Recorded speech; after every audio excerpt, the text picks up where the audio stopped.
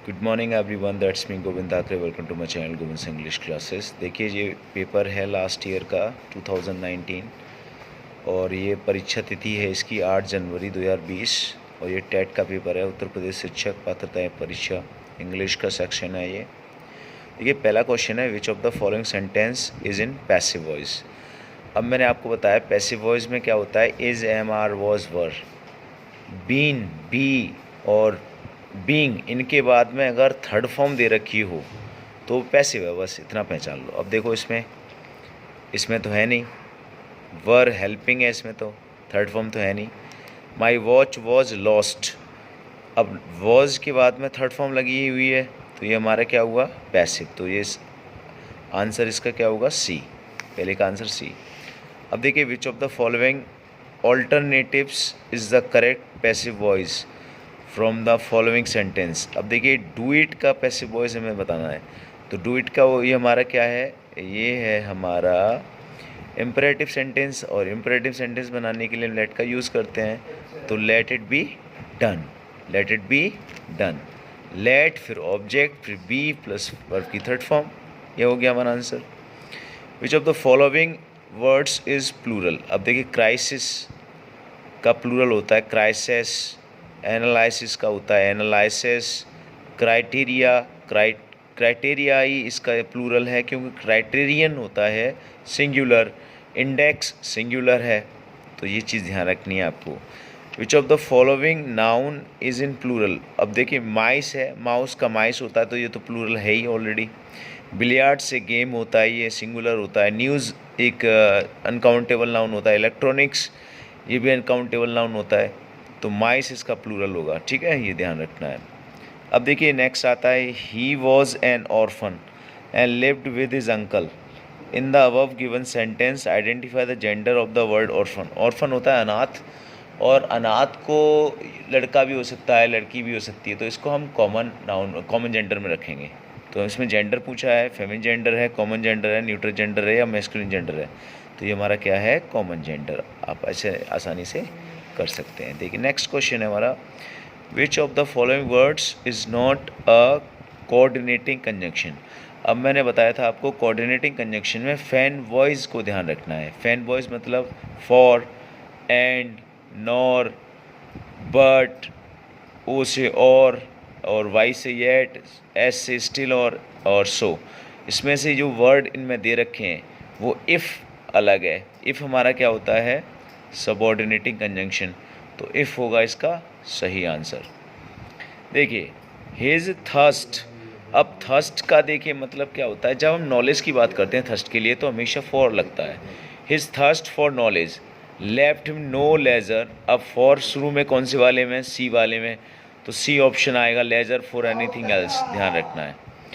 The word fast in the sentence, fast हमारा adjective भी होता है, फास्ट हमारा एडवर्ब भी होता है। अब ध्यान रखिए, फास्ट अगर एक्शन वर्ब के बाद में यूज़ हो रहा है तो ये हमारा एडवर्ब होगा। अगर फास्ट हमारा नाउन से पहले यूज़ हो रहा है तो ये हमारा एडजेक्टिव होगा। तो he is a fast writer, writer हमारा नाउन है, नाउन से पहले ही यूज़ हो रहा है तो ये फास्ट हमारा क्या हुआ, एडजेक्टिव, ये ध्यान रखिए। विच of the following is not a simple sentence. इसमें से सिंपल सेंटेंस कौन सा नहीं है। अब देखिए, शी डज नॉट, ये तो हमारा नेगेटिव सेंटेंस हो गया। She reads what she likes, ये हमारा इसमें क्लॉज दे रखी है, वॉट से स्टार्ट हुई है, तो ये हमारा हो गया सबऑर्डिनेट क्लॉज है इसमें, ये कॉम्प्लेक्स सेंटेंस हो गया, ठीक है। He is a man of great knowledge, अब यही होगा क्योंकि इसमें सिंपल है सब चीज़, इसमें नोट नहीं लगा हुआ है, इसमें कोई वॉट विच वगैरह नहीं लगा हुआ है। He is a man of great knowledge. और नीचे वाले में देखेंगे, I have a very costly book in my house, I have a very costly book in my house. तो इनमें ये बताना है विच of the following is not a simple sentence. तो सिंपल सेंटेंस में तो हमारा बस यही नहीं है, she does not, she reads what she likes, क्योंकि ये हमारा क्या है, एक कॉम्प्लेक्स सेंटेंस है। बाकी हमारे सब सिंपल हैं, ये नेगेटिव सिंपल है, ये पॉजिटिव सिंपल है, ये पॉजिटिव सिंपल है, ठीक है। इस तरीके से ध्यान रखना है आपको। नेक्स्ट है हमारा, he will be playing the piano in the concert day after tomorrow, is in, कौन से ये टेंस में है, he will be playing, present indefinite में तो है नहीं ये, फ्यूचर इम्परफेक्ट में होगा, क्योंकि इम्परफेक्ट का मतलब होता है कंटिन्यूस। ठीक है, ध्यान रखना है, इम्परफेक्ट जब जब भी कहीं लिखा हो तो उसका मतलब होता है कंटिन्यूस। तो इस तरीके से हम इसको हल कर सकते हैं। देखिए और क्वेश्चन मैं आपको करके बताता हूँ आसानी से। In which of the following sentence is the subject of a verb is a feminine gender. Feminine gender ढूंढना है हमें इसमें। फेमिनिन जेंडर में क्या है, देखिए इसमें तो मेल दे रखा है, इसमें यंग मैन दे रखा है, इसमें ओल्ड मैन दे रखा है, इसमें फीमेल दे रखा है, तो यही हमारा फेमिनिन जेंडर होगा। तो आंसर होगा इसका डी। नेक्स्ट है the method of teaching in which the teacher tries to establish a link between the foreign language word and the object without the interference of the learners mother tongue is called. ये direct language होती है, direct method होता है, इसे direct बोलते हैं। तो ध्यान रखना है, इस तरीके के मेथड को डायरेक्ट मेथड बोलते हैं। नेक्स्ट हमारा, if you are testing your students comprehension of written English, you are testing their understanding of what they have just read. Read हमेशा ध्यान रखना है, रीड जो बच्चे अच्छा रीडिंग कर लेते हैं उनकी अंडरस्टैंडिंग भी अच्छी होती है। तो सबसे पहले हम रीडिंग पावर देखेंगे उसकी। Choose the correct sentence, please listen your teacher. Listen के बाद में ध्यान रखो हमेशा टू आता है प्रीपोजिशन, तो इसमें टू वाला जो है वही सही है, please listen to your teacher, ये सही है। नेक्स्ट है हमारा, find the correct sentences. I am not believing. अब देखिए बिलीव एक ऐसी क्रिया है, स्टेटिव वर्ब है, जो कभी आईएनजी में नहीं यूज़ होती है। अब देख लीजिए कौन सी वर्ब है जो आईएनजी में नहीं है, बिलीव। देखिए ये है आई डोंट बिलीव हिम, ये वाला सेंटेंस सही होगा, क्योंकि ये बिलीव हमारी फर्स्ट फॉर्म में यूज़ हुई है, आईएनजी फॉर्म में यूज़ नहीं हुई है। तो ये हमें आपको ध्यान रखना है। नेक्स्ट हमारा क्वेश्चन है, देखिए which of the following alternatives is grammatically correct. All this man, man plural दे रखा है तो दीज होना चाहिए। ऑल दीज मैन, यहाँ पे मैन अब सिंगुलर दे रखा है सेकंड वाले में। थर्ड वाले में ऑल दीज मैन्स, ये भी गलत है क्योंकि मैन का MEN होता है। फोर्थ हमारा सही होगा, ऑल दीज, ऑल भी है प्लूरल हमारा, दीज भी है, मैन भी प्लूरल है, वर्ब भी प्लूरल है, तो all these men are gentle, तो ये ध्यान रखना, ये वाला सही होगा ऑप्शन। अब देखिए ही केम टू मी, मिडनाइट, जब नाइट होता है, मिडनाइट होता है, मिड डे होता है, इनसे पहले हम एट प्रीपोजिशन का यूज़ करते हैं, ये ध्यान रखना है। नेक्स्ट है हमारा, देखिए which of the following sentence does not have an adjective clause. कौन सा सेंटेंस है जिसमें हमारी एडजेक्टिव क्लॉज नहीं है। देखिए I love the man who is truthful, अब हु से स्टार्ट हुआ है, मैन आगे दे रखा है, और जब एडजेक्टिव क्लॉज क्या करती है, नाउन को क्वालिफाई करती है, तो मैन हमारा नाउन है, तो हु इज़ ट्रूथफुल हमारी क्या हुई, एडजेक्टिव क्लॉज हुई। I met him where he lived, I met him, अब देखिए मैट के बाद में ऑब्जेक्ट दे रखा है, ऑब्जेक्ट के बाद में वेयर ही लिव्ड दे रखा है, ये भी क्लॉज है। अब ये वेयर ही लिव्ड हमारा ऑब्जेक्ट है, डबल ऑब्जेक्ट लेता है मीट, ठीक है, तो ये ध्यान रखना है, ये हमारी क्या है, एडजेक्टिव क्लॉज नहीं है, ये ध्यान रखना है आपको। नेक्स्ट हमारा, he is junior, junior, senior, inferior, superior, prior, preferable, इनके बाद में टू लगता है, ध्यान रखो प्रीपोजिशन। नेक्स्ट है हमारा, आइदर ही इज़ मैड, और आइदर के साथ में और आता है, और ही फेंस मैडनेस, ध्यान रखो ये चीज़।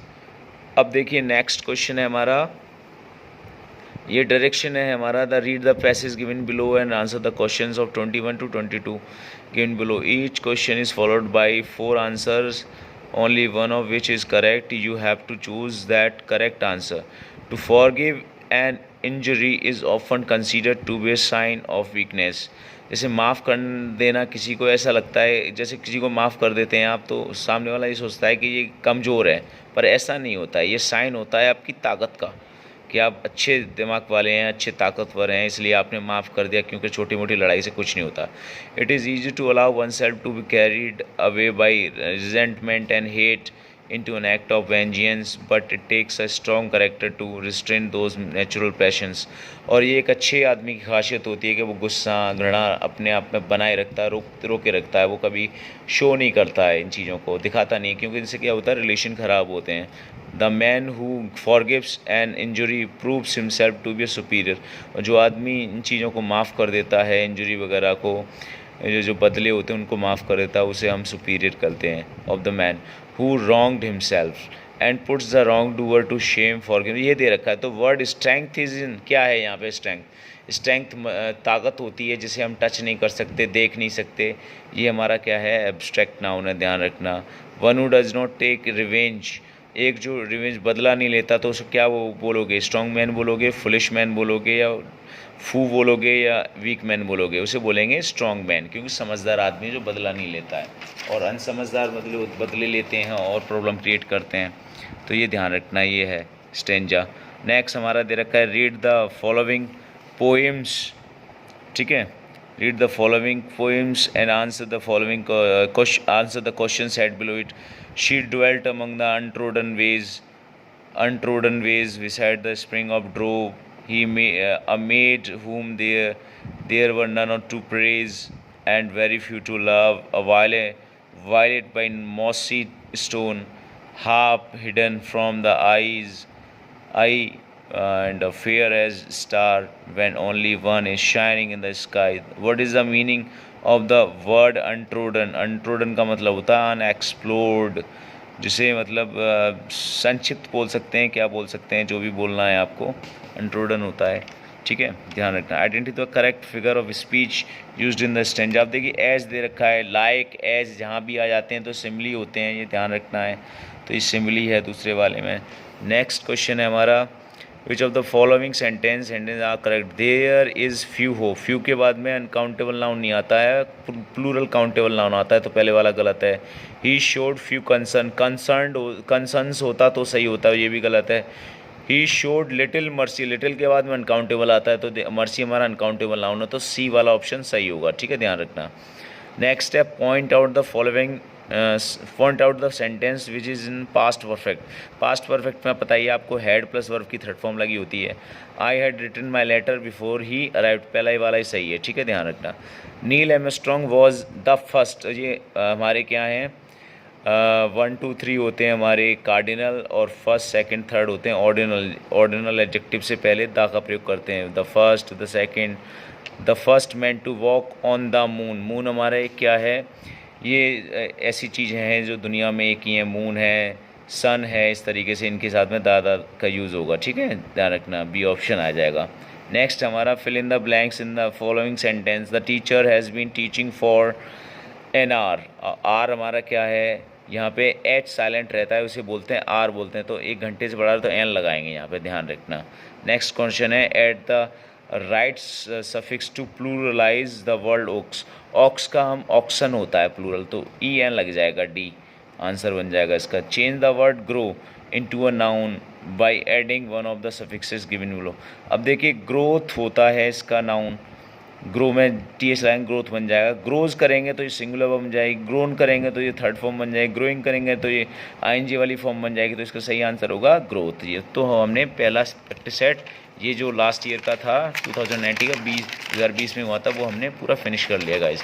तो इस तरीके से आसानी से हम कर सकते हैं। So thank you very much guys, subscribe my channel, thanks a lot, thank you very much.